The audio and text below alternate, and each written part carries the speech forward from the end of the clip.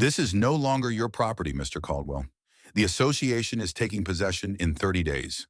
The words hung in the crisp mountain air, colder and sharper than the autumn wind rustling the pines.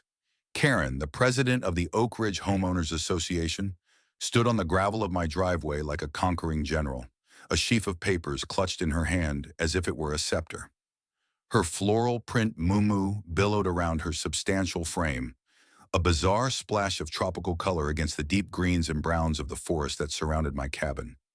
She had a smirk on her face, the kind of smug, self-satisfied expression that only someone who has never been truly challenged in their life can muster. She thought she had won. She thought the paper in her hand, a notice of foreclosure lien, was the final word. She thought the $75,000 in fabricated fines for a non-compliant wood stain and an unauthorized bird feeder had finally given her what she'd wanted for 2 years: my land, my home, the place my grandfather and I built with our own hands. She had no idea that the paper she was holding was not the end of a war, but the beginning of one she was uniquely, catastrophically unequipped to fight. She had just handed a loaded weapon to a man who'd spent 20 years in the Army Corps of Engineers, a man who understood structure, strategy, and the precise application of overwhelming force. And she'd done it on my front porch. If you've ever dealt with a nightmare HOA or any petty tyrant who gets high on a little bit of power, do me a favor and hit that subscribe button. Let me know in the comments where you're watching from, and if you've got your own story, I want to hear it. You are not going to believe how this ends, because this isn't just a story about fighting a fine. It's a story about how a single well-placed piece of information can bring an entire corrupt system crashing down. Now let me take you back to how this all started. It wasn't with a bang, but with a letter. A single beige-colored envelope that arrived 2 years ago, smelling faintly of cheap perfume and righteous indignation. It all began with the color of memory, the specific shade of cedar stain my grandfather and I had chosen 25 years ago. It wasn't just a color, it was a testament. My grandfather, a man whose hands were more familiar with wood grain than with paper, had taught me how to build, not just a structure, but a sanctuary. This cabin, nestled on 10 acres of untouched timberland I'd bought with my re-enlistment bonus, was our shared legacy. We'd felled some of the trees ourselves, milled the logs on site, and raised the walls beam by beam. Every notch, every joint, every plank of the wide front porch held a story. When he passed, the cabin became more than just a weekend retreat. It was a living monument to him. I was there first. That's the part that matters. My 10 acres were carved out of a much larger parcel of ranch land long before the idea of the Oak Ridge Estates was ever a glimmer in a developer's eye. For a decade, my only neighbors were deer and the occasional black bear. Then the developer came, bought the surrounding 300 acres, and put in paved roads, underground utilities, and a series of high-end spec homes. With them came the covenants, the conditions, the restrictions, and the inevitable formation of a homeowners association. I was grandfathered in, a fact clearly noted in the initial subdivision plat and my own deed. My property was an island, explicitly exempt from the architectural and landscaping rules that govern the new lots. I paid a small prorated fee for road maintenance, and that was it. For years it worked. The HOA board was made up of reasonable people who understood the arrangement. Then came Karen. She was elected president on a platform of restoring property values and enforcing a consistent aesthetic. In reality, her platform was about power. She was a woman who had likely never held a position of any real authority in her life, and she wielded the HOA presidency like a cudgel.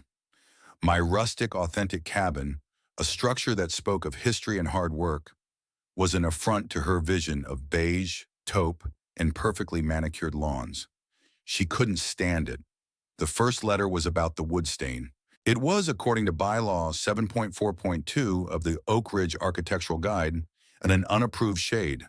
The letter, dripping with passive-aggressive politeness, informed me I had 30 days to restain the entire cabin in one of the 3 pre-approved semi-transparent finishes, a palette that ranged from desert sand to gentle fawn. It came with a $100 fine. I responded with a polite letter of my own, including a copy of my deed and the section of the HOA's own founding documents that noted my property's exemption. I thought that would be the end of it. I was naive.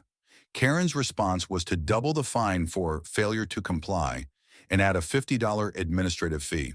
Her letter stated that the board had reviewed my claim and found it without merit, and that all properties benefiting from the Oak Ridge roadways are subject to the full scope of the community covenants. It was a lie, a brazen, easily disprovable lie, but it was a declaration. She wasn't interested in the truth. She was interested in my submission. So I started a file. In the military, you learn to document everything. Paperwork is its own form of armor. I created a binder, thick and black, with tab sections. Correspondence, fines, HOA documents, legal. Every letter she sent, every certified mail receipt, every email was printed and filed in chronological order.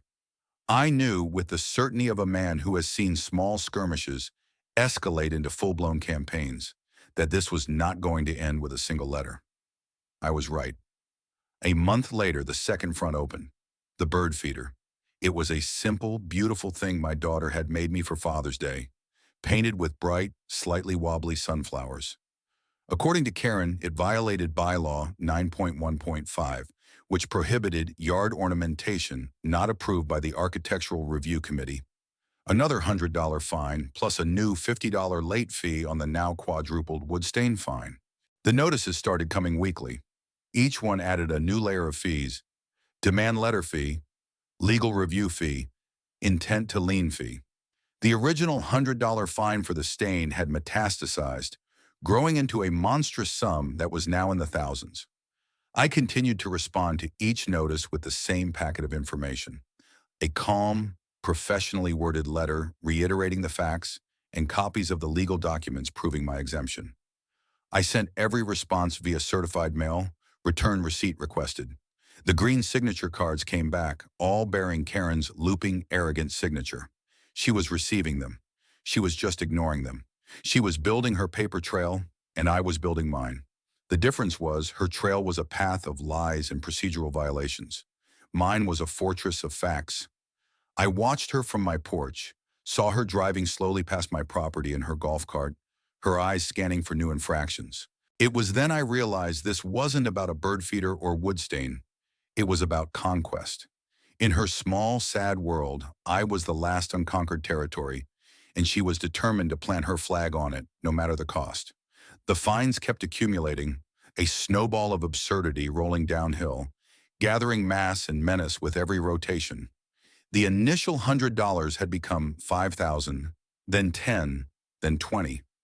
Karen was an artist of administrative malice, inventing new fees with a creativity that would have been admirable if it weren't so venal.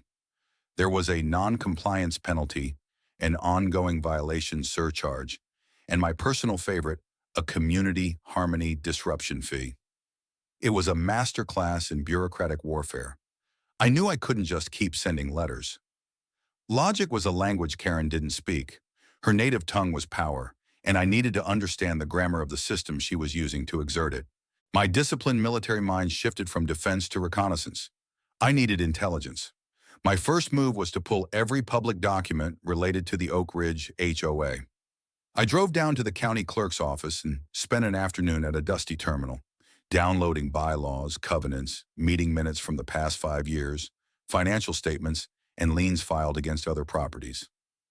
I printed everything, hundreds of pages, and brought it all back to my cabin. That night, with a pot of strong coffee brewing, I spread the documents across my large oak dining table. It was an intelligence-gathering operation, and I was hunting for a specific target, a pattern. I was looking for weaknesses in her procedures, contradictions in her enforcement, and any sign of financial impropriety. It didn't take long to find them. The bylaws required a written warning and a 30-day cure period before any fine could be levied. Karen had been issuing instant fines. The bylaws stipulated that all board meetings where fines or liens were discussed had to be open to the membership, with notice posted at least 48 hours in advance. I cross-referenced the dates of her letters to me with the meeting minutes. I found several instances where hefty fines were Approved on dates with no corresponding meeting on the public record. She was either holding secret, illegal meetings or simply rubber stamping her own decisions with the board's tacit approval. The financial statements were even more interesting. There were vague lump sum entries for legal consultation and administrative services that had ballooned since she took office. The vendors listed were opaque, LLCs with post office box addresses. It smelled bad. But documents were only one piece of the puzzle. I needed human intelligence. I started taking walks through the neighborhood in the evenings, a friendly wave for everyone I saw. I wasn't there to complain. I was there to listen. I struck up a conversation with Mr. Garcia, a young father I saw struggling to fix a sprinkler head. I asked him about his lawn, and eventually the conversation drifted to the HOA. His shoulders slumped. "It's Karen," he said, his voice low. "She fined us $500 because our trash cans were visible from the street for 2 hours after the pickup time. My wife was sick. I had to run to the pharmacy. We're fighting it, but she's relentless." He looked towards his house at the window where his wife was probably watching, and I saw the fear in his eyes. This wasn't just an annoyance for him. It was a genuine financial threat. A few days later, I saw an elderly woman named Helen tending her rose bushes. Her garden was immaculate, except for a small, whimsical collection of ceramic gnomes peeking out from under a large azalea. I complimented her roses and she beamed. Then her smile faded. "I hope Karen doesn't see you admiring them," she whispered, glancing around as if spies were lurking in the hedges. "She sent me a violation notice for the gnomes. Unapproved statuary. Said they lowered the dignified aesthetic of the community." She sighed, a frail, weary sound. "My late husband gave them to me, one for each grandchild." This was the pattern I was looking for. It wasn't just me. Karen was running a racket, using the HOA rules as a tool of extortion and intimidation, preying on the vulnerable, the busy, the ones who would rather pay a few $100s than fight. The fines were a revenue stream, and the power was a drug. She was a bully on a throne made of paper, and I was starting to see just how fragile that throne was. I documented every conversation, adding the stories of the Garcias and Helen to my binder. Their experiences gave my fight a new dimension. It was no longer just about my cabin, my grandfather's legacy. It was about a community held hostage. The foreclosure notice that Karen had so triumphantly served me wasn't just an attack on me, it was the logical endpoint of her reign of terror. She had finally escalated to the point where she was trying to take someone's home, and in doing so, she had given me the moral authority and the collective will of a wronged community to fight back. My reconnaissance was complete. It was time to plan the counteroffensive. The Black Binder was no longer just a record of grievances, it was a battle plan. The arrival of the official notice of foreclosure sale was a sobering moment. The casual malice of Karen's letters had now been codified into a legal document, filed with the county and bearing the weight of the law. The notice stated that my property would be sold at public auction on the courthouse steps in 60 days to satisfy the debt of $75,432.18 owed to the Oak Ridge Homeowners Association. The absurdity of the amount was breathtaking. It was a fiction built on a foundation of lies, but it was a fiction that could have very real consequences. A lien on a property is a powerful weapon, and an HOA foreclosure, while complex, is not impossible. They could, in theory, force the sale, pay themselves from the proceeds, and leave me with whatever was left after the mortgage was settled. The threat was no longer abstract. I picked up the phone and called Marcus Thorne. Marcus and I had served together in Iraq. He was a JAG officer then, a sharp, no-nonsense lawyer who could dissect a legal argument with the same precision I used to analyze structural weaknesses in a bridge. After his service, he'd opened a private practice specializing in real estate and contract law. He was the only person I trusted to see this, not just as a legal case, but as a fight. I met him at his office the next day. I didn't bring a briefcase. I brought the binder.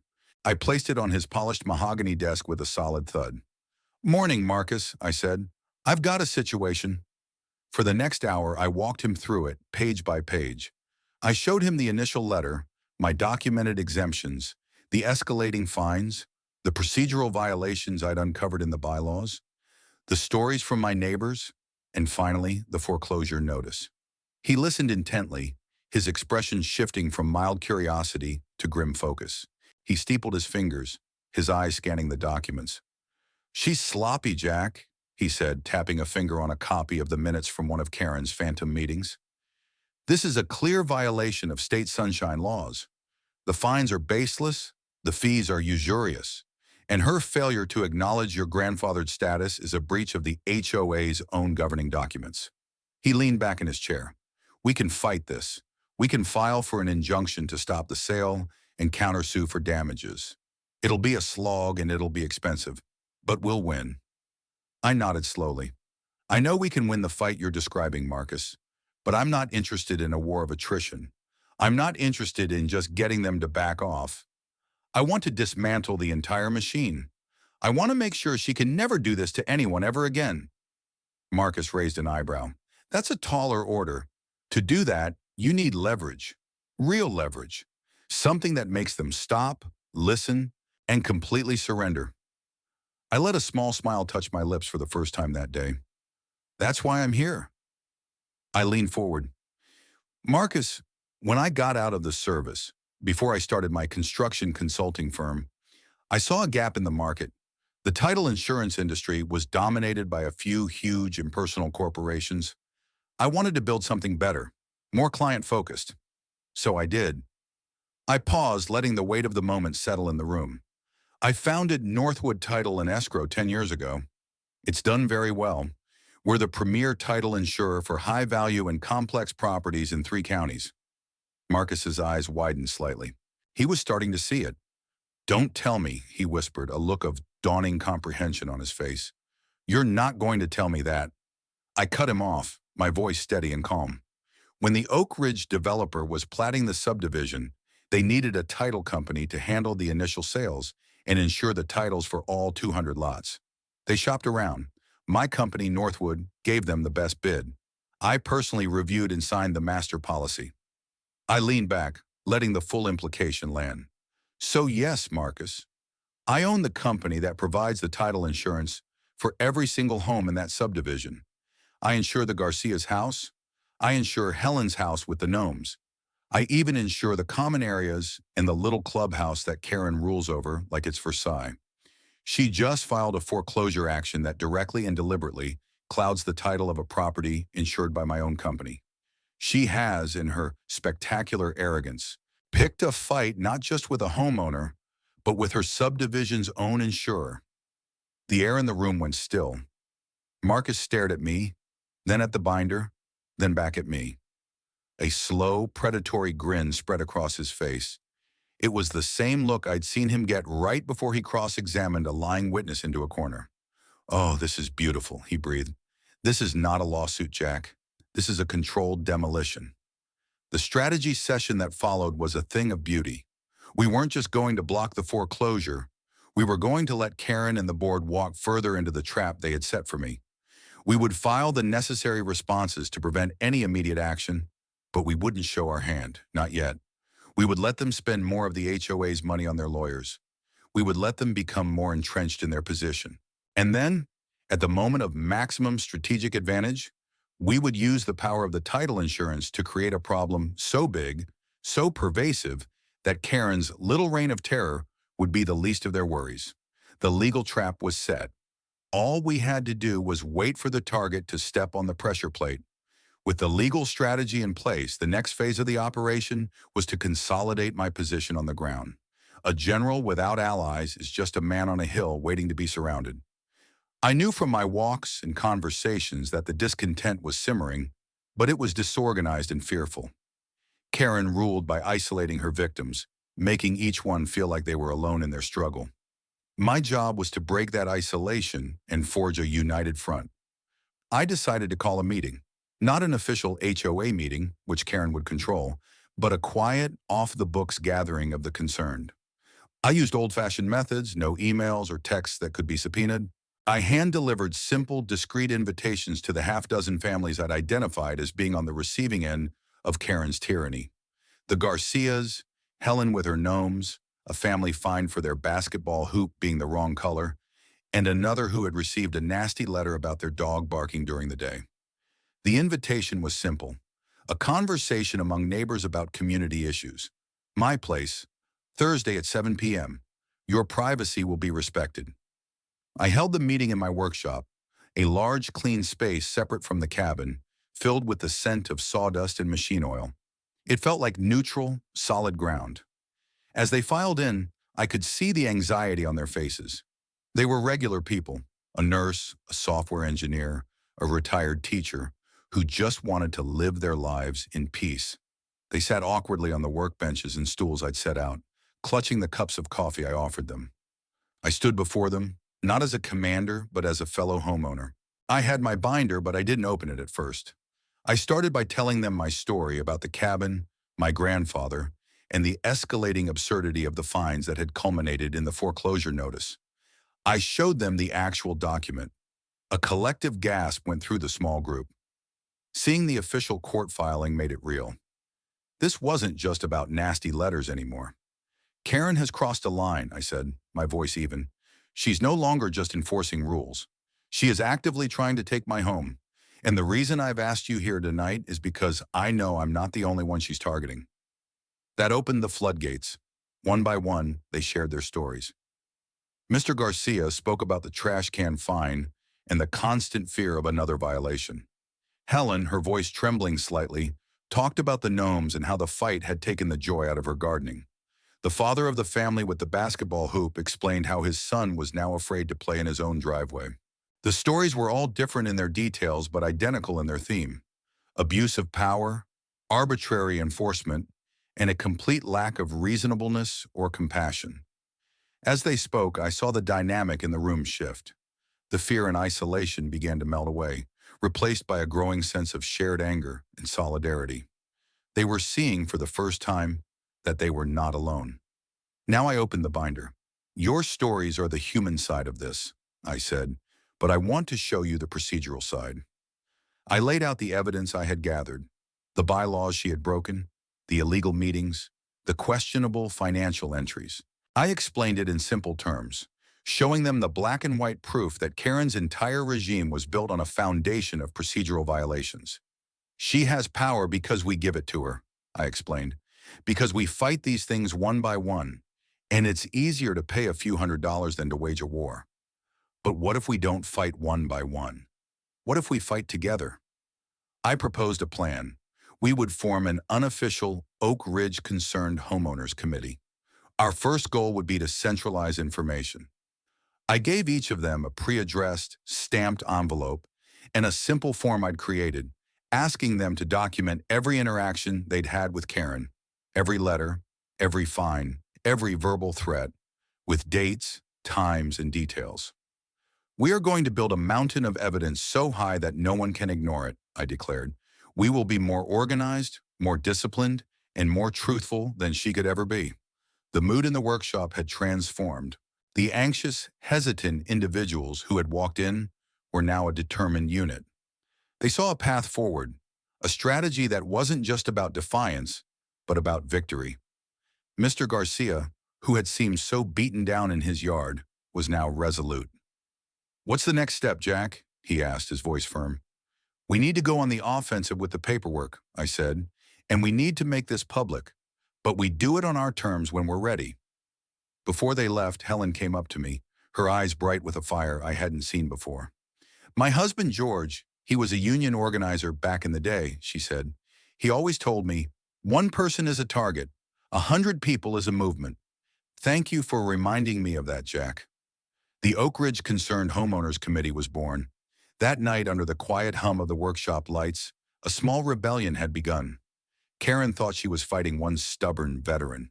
She had no idea she had just declared war on a community that was finally finding its voice. The alliance was formed. The pieces were moving into place, and Karen, in her palace of beige, was blissfully unaware that the ground was about to shift beneath her feet. The formation of the committee was the strategic equivalent of massing troops. The next step was to launch the first volley. Marcus and I had planned a 3-pronged paperwork assault designed to sow chaos within the HOA's leadership, bog them down in their own bureaucracy, and formally establish our legal position. This was the beginning of turning their favorite weapon back on them. The first prong was a massive, meticulously crafted records request.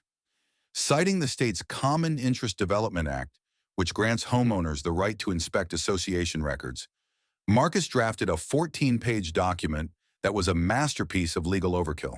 We didn't just ask for financial statements. We demanded every single invoice, receipt, and canceled check for the past 3 years. We requested all contracts with all vendors, specifically the vaguely named LLCs I'd found.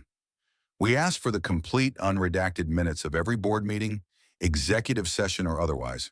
We demanded all correspondence related to rule enforcement, all architectural review committee decisions, and a detailed breakdown of the legal consultation fees, including the hourly rates and work performed. It was an avalanche of a request, perfectly legal but designed to be incredibly onerous to fulfill. The goal was twofold. Either they'd produce the documents, likely revealing the mismanagement and procedural errors we suspected, or they'd stonewall, which was a violation of state law and would give us a powerful legal tool to use against them in court. We sent it by a courier to Karen's house, with copies to every other board member.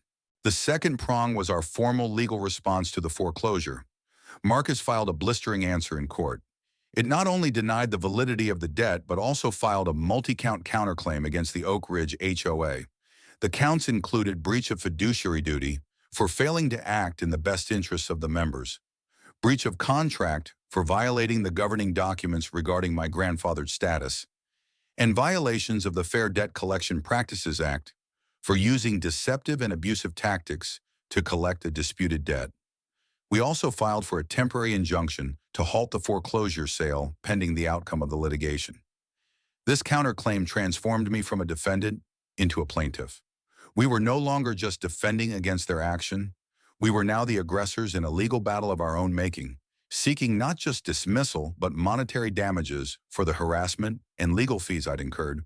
But the third prong was the masterstroke, the move that no one, least of all Karen, could have seen coming. It was time to introduce Northwood Title and Escrow to the conflict. I drafted a letter on official Northwood Title letterhead. It was addressed to the Oak Ridge HOA Board of Directors, care of Karen. The tone was not accusatory. It was cool, professional, and deeply concerning. The letter stated, "It has come to the attention of Northwood Title and Escrow, the underwriter for the title insurance policies on all properties within the Oak Ridge Estate Subdivision, that significant legal disputes are currently pending against the association. These include claims of improper governance, violations of state law, and breaches of the association's own covenants, including a pending lawsuit and counterclaim, Caldwell versus Oak Ridge HOA, case number 2023 CV1452. Such legal challenges have the potential to create a cloud on the title of any and all properties within the subdivision, as they call into question the very authority of the association to levy assessments, file liens, and enforce its covenants." The letter went on to state that, as the insurer responsible for guaranteeing clear title, Northwood was initiating a full-scale review of the situation. It concluded with a chillingly simple sentence: "Pending the outcome of this review and the resolution of the aforementioned legal disputes, Northwood Title may be unable to issue new title policies or endorsements for properties within Oak Ridge Estates. We will advise you of our findings in due course." I sent this letter via certified mail to Karen and the other 4 board members. This was the pressure plate. The first 2 prongs were a direct confrontation with me, Jack Caldwell, the homeowner. Karen could dismiss that, frame it as a personal dispute with a troublemaker. But this third letter wasn't from me. It was from a major financial institution. It didn't speak of bird feeders. It spoke of clouded titles and uninsurable properties. It took her petty neighborhood squabble and elevated it into a matter of fundamental financial stability for the entire community. A home is the largest asset most people own, and its value is entirely dependent on the ability to convey a clear, insurable title to a buyer. By flagging the entire subdivision, I had effectively frozen the local real estate market. No one could sell their home. No one could refinance their mortgage. The financial consequences of Karen's vendetta were no longer confined to my fabricated $75,000 debt. They were about to be felt by all 200 homeowners. The paper counterattack was complete. The legal filings would tie them up in court. The records request would bury them in administrative work, and the letter from Northwood Title was a ticking time bomb placed directly at the center of their financial world. All we had to do now was wait for the explosion. The response from Karen and the board was exactly what Marcus and I had predicted. Arrogant silence followed by panicked aggression. For 2 weeks, the records request went unanswered, a clear violation of the 30-day response window required by state law. Their lawyer sent a curt one-paragraph letter to Marcus, dismissing our counterclaim as frivolous and stating their intent to vigorously pursue the foreclosure. They were digging in, convinced their position was unassailable. This was a critical mistake on their part, and it played directly into our hands. Their failure to comply with the records request allowed Marcus to file a motion to compel with the court. This legal maneuver asked the judge to order the HOA to produce the documents we'd asked for and to sanction them for their deliberate obstruction. While the legal gears turned slowly, the Concerned Homeowners Committee launched its own offensive on a different front. Public opinion. Mr. Garcia, who I learned was a talented web developer in his day job, built a simple but professional-looking website, oakridgehomeowners.org. The headline on the homepage was stark: "Is your HOA out of control? A fight for fairness in Oak Ridge Estates." We didn't use hyperbole or angry rhetoric. We used facts. We created a documentation section where we uploaded redacted copies of the absurd violation letters members had received. Helen's gnome notice was there, the Garcia's trash can fine, the letter about the unapproved basketball hoop. My own mountain of paperwork, including the foreclosure notice over a bird feeder, was the centerpiece. We wrote a clear, concise timeline of events, laying out Karen's pattern of abuse and the board's complicity. We included a section explaining the relevant state laws that the HOA was violating, empowering other residents with knowledge. The committee also started a private Facebook group, which quickly grew as word spread. People who had been too afraid to speak up before were now sharing their own stories in a secure forum. The sheer volume of grievances was staggering. It turned out Karen had been running her little shakedown operation for years, but no one had ever connected the dots. The website and the Facebook group created a groundswell of anger, but we needed to break the story out of the confines of the neighborhood. We needed a bigger amplifier. I put together a comprehensive press kit.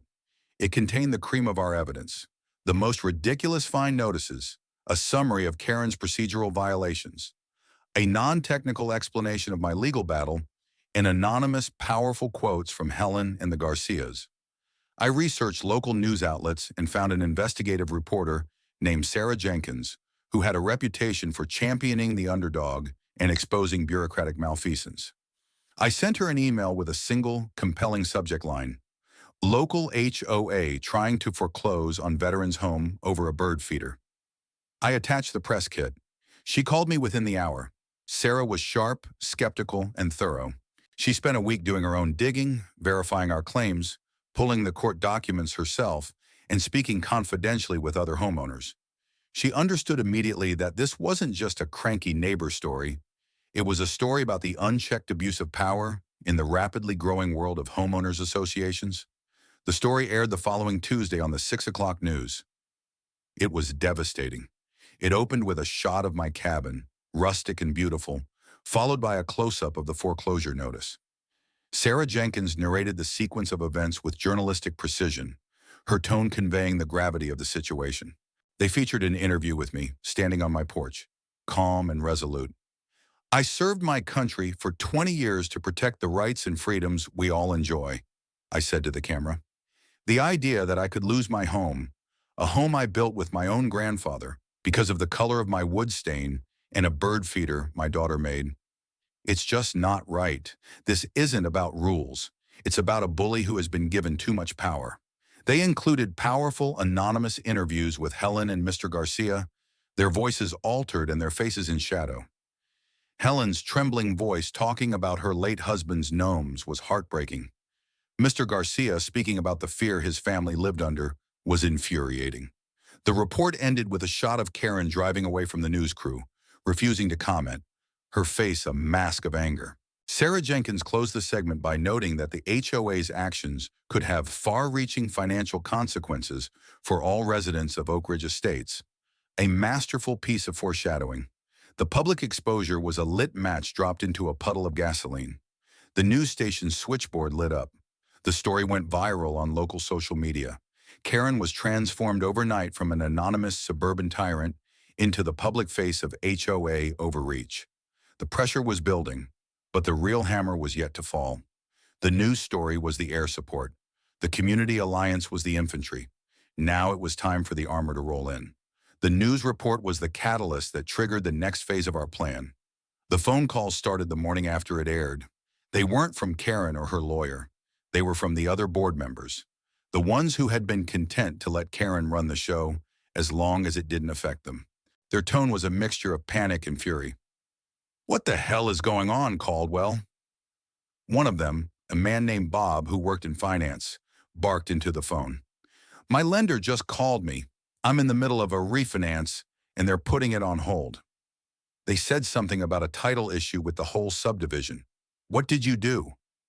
I remained calm. "I didn't do anything, Bob," I replied, my voice even. "Karen did. She created a situation of profound legal instability by pursuing an illegal foreclosure and violating state law. The title insurer is simply doing its due diligence to protect its own interests and the interests of every homeowner in Oak Ridge." "Title insurer? Who are you talking about?" he demanded. "Northwood Title and Escrow," I said, letting the name hang in the air. "I'm sure you've seen their name on your closing documents." Click. He hung up. The calls from the other board members were similar. They had been hit where they lived, not in their principles, but in their pocketbooks. The abstract problem of my foreclosure had suddenly become a very concrete threat to their own financial well-being. This was the moment the title insurance trap sprang shut. The news story had put every mortgage lender, real estate agent, and attorney in the county on high alert. Any transaction involving Oak Ridge Estates was now radioactive. When a lender's underwriter saw the news and then called the title company listed on the policy, Northwood Title, my staff was instructed to follow a precise script. They would professionally and calmly confirm that, yes, due to pending litigation and claims of improper governance against the HOA, Northwood had placed a temporary hold on issuing new title policies in the subdivision pending a full review. They would use phrases like unresolved legal ambiguities and potential for future encumbrances, and protecting the integrity of the title for all parties. It was corporate speak for, "This place is a legal minefield, and we're not insuring anything until it's cleaned up." The effect was immediate and catastrophic for the HOA board. A family that was 2 weeks from closing on the sale of their home had the deal collapse because the buyer couldn't get title insurance. Another resident's home equity line of credit was frozen. The entire real estate ecosystem of Oak Ridge Estates ground to a halt. The community, already incensed by the news report, was now in a full-blown panic. The private Facebook group exploded with posts from people whose sales or refinances were suddenly in jeopardy. They weren't mad at me. They were mad at the board. They understood the cause and effect. Karen's vendetta had now put everyone's largest asset at risk. It was time for the final push from Northwood. I had my assistant draft a second letter. This one even more formal and ominous than the first. It was sent to the board members and their attorney. It referenced the news report and the widespread market uncertainty it had caused. It then formally stated Northwood's position. Until such time as the lawsuit Caldwell versus Oak Ridge HOA is resolved, and until the association can provide irrefutable proof that it has rectified the procedural and governance deficiencies cited in the legal filings and is operating in full compliance with state law and its own governing documents, Northwood Title and Escrow will not, under any circumstances, issue a new title insurance policy for any property within the Oak Ridge Estate subdivision. The letter included a final, devastating paragraph. Furthermore, should the association's actions or inactions lead to a legal judgment that clouds the title of existing insured properties, Northwood Title reserves all rights to pursue the association and its board members, both collectively and individually, to recover any and all costs incurred as a result of their breach of fiduciary duty. This was the kill shot. We had now explicitly threatened to hold the board members personally liable for the financial fallout. Their shield of corporate immunity was pierced. Karen predictably reacted with blind rage. Her lawyer fired off a furious letter to Marcus, accusing me of a malicious conflict of interest and tortious interference, and threatening to sue me and my company. Marcus's response was a single page. He pointed out that Northwood Title had a fiduciary duty to its own shareholders and policyholders to mitigate risk. The risk, he argued, was not created by Jack Caldwell or Northwood Title, but by the reckless and illegal actions of the HOA board. He ended the letter with a simple sentence: "Your client created this storm. We are merely reporting the weather." Cornered, panicked, and facing a full-scale rebellion from the homeowners, Karen did the only thing a petty tyrant knows how to do. She tried to reassert her authority through a show of force. She called an emergency HOA meeting to address the malicious rumors and misinformation being spread by a disgruntled resident. She intended to rally her supporters, crush the dissent, and paint me as the villain. She had no idea she was scheduling her own public execution. The evening of the emergency meeting, the community clubhouse, a building usually reserved for potlucks and holiday parties, felt like a pressure cooker. The room was packed far beyond its official capacity. Every seat was taken, and residents stood 3 deep along the walls and spilled out into the hallway. The air was thick with anger, anxiety, and a palpable sense of impending confrontation. I saw the Garcias near the front, their faces set with determination. I saw Helen sitting with a group of her friends, her small frame radiating a quiet strength. The local news crew, led by Sarah Jenkins, had set up a camera in the back, its red recording light a silent, watchful eye. At the front of the room, Karen and the 4 other board members sat at a long folding table. The other members, Bob the finance guy, 2 women who were Karen's usual yes men, and a quiet man who never spoke, looked terrified. They stared at their hands, at the table, anywhere but at the hostile faces in the crowd. Karen, however, was in her element. She seemed to draw energy from the conflict, her face flushed, her eyes gleaming with a combative light. She banged a flimsy gavel on the table. "This meeting will come to order," she boomed, her voice straining to project authority. "We are here tonight to address the vicious, baseless attacks on this board and on the integrity of our community." She launched into a prepared speech, a rambling, self-pitying diatribe that painted her as the victim. She portrayed me as a lawless troublemaker, a man who thought the rules didn't apply to him and who was willing to destroy the community's property values to get his way. "This man," she said, pointing a trembling finger at me where I stood near the back, "has colluded with the media to spread lies. And now, in a shocking and unethical conflict of interest, he is using his own company to hold our property values hostage." The crowd was not buying it. Murmurs of dissent rippled through the room. "What about the foreclosure, Karen?" someone shouted. "What about Helen's gnomes?" yelled another. She ignored them, her voice rising in pitch. "He is the problem. He is the one who refuses to comply with the same rules we all live by." She was losing control, her tirade growing more frantic. This was the moment. I made my way to the front of the room. I had a laptop and a small projector with me. "Karen, may I have a moment to respond?" I asked, my voice calm, but carrying easily through the tense silence. She sputtered, "You are out of order, Mr. Caldwell." But Bob, the finance guy on the board, finally broke. "Let him speak, Karen," he said, his voice weary. "Let's just get this over with." The crowd voiced its agreement in a loud chorus. Defeated, Karen slumped back in her chair. I set up the projector and aimed it at the blank wall behind the board. The first image that appeared was a scanned copy of the HOA bylaw, requiring a 30-day cure period before any fine. "This is bylaw 6.2.1, I said, my voice amplified by a small microphone I'd brought. "It says the board must provide written notice of a violation and allow 30 days to correct it. My first notice for the wood stain included an immediate $100 fine. That fine, and everyone that followed, was illegal." Click. The next slide showed the state law on open meetings. This law requires that any meeting where fines or liens are approved must be open to all members.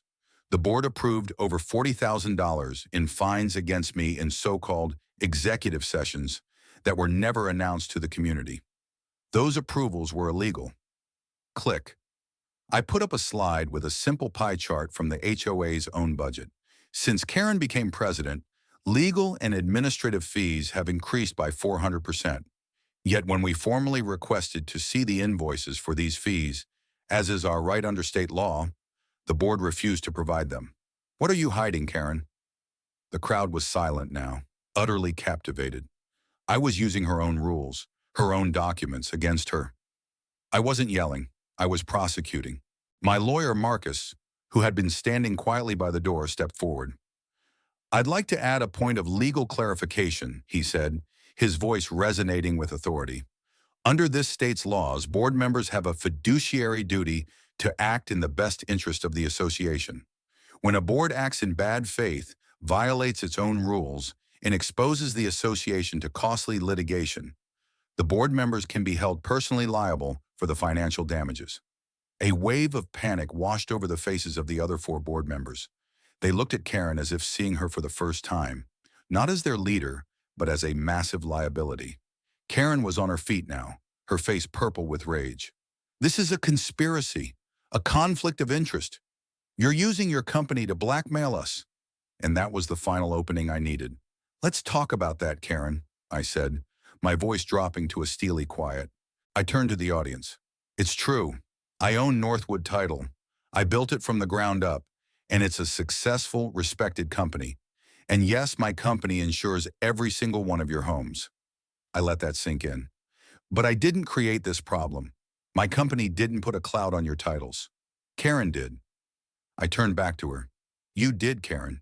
When you pursued an illegal foreclosure, when you violated state law, when you exposed this entire community to financial risk because you couldn't stand the sight of my bird feeder. A title insurer's job is to guarantee a clear title. It's a promise. When a rogue HOA board starts acting illegally, it threatens that promise. My company isn't blackmailing you. It is protecting itself and its policyholders, which is every single person in this room, from the consequences of your actions. A woman in the front row, whose home sale had collapsed, stood up. So it's your fault, Karen. You did this to us. The dam broke. The room erupted. The anger was no longer a murmur. It was a roar, and it was all directed at the woman at the front table. The other board members physically leaned away from her, creating a visible gap. Bob stood up. I had no idea about most of this, he stammered. I moved for an immediate vote of no confidence and a recall of Karen as president. Second, shouted Mr. Garcia. The room exploded in a chaotic chorus of aye. It was a rout, a complete and utter public humiliation. Karen stood there speechless as the community she thought she ruled turned on her with unified fury. Sarah Jenkins' camera captured it all. The anger, the betrayal, and the spectacular self-inflicted downfall of a petty tyrant. The reign of Karen was over. The aftermath of the meeting was swift and decisive. Karen, stripped of her power and publicly disgraced, submitted her resignation the very next morning. It wasn't a gracious exit. It was a single, petulant sentence emailed to the remaining board members, who accepted it with palpable relief. The recall vote became a formality, and the community moved to elect a new board. The slate of candidates was led by the core of our committee. I was nominated, along with Mr. Garcia and a retired accountant named David, who had also been quietly victimized by Karen's regime. We were elected unanimously. Our first official act as the new HOA board was to call a special session. In a meeting that lasted less than 15 minutes, we passed a single, powerful motion to immediately and retroactively void every fine, penalty, and fee issued under Karen's presidency that did not strictly adhere to the notification and cure period requirements outlined in the bylaws. With a single vote, tens of thousands of dollars in punitive, illegitimate debts, including my own $75,000 bill, vanished. It was a jubilee, a wiping clean of the slate. Our second act was to comply with our own records request. We opened the books. What we found was worse than we had imagined. The legal and administrative fees were a slush fund. The vaguely named LLCs were shell companies she had set up, and the invoices were for personal expenses. Lavish dinners, online shopping sprees, even payments on a luxury car lease, all disguised as HOA business. She hadn't just been a tyrant, she had been an embezzler. Armed with this undeniable proof of criminal activity, we turned the entire file over to the district attorney's office. The civil matter of my foreclosure was over, but a criminal investigation was just beginning. 6 months later, Karen was indicted on multiple counts of wire fraud and embezzlement. Her fall from grace was complete, ending not just in community exile, but in a courtroom, facing the consequences of her greed. With the internal governance of the HOA now on a sound and transparent footing, I made a call to the CEO of Northwood Title, a man I trusted implicitly since it was me. On behalf of the new HOA board, I provided my company with the minutes of our recent meetings, our resolution voiding the illegal fines, and the new transparent financial procedures we had implemented. I formally requested that the title review be concluded.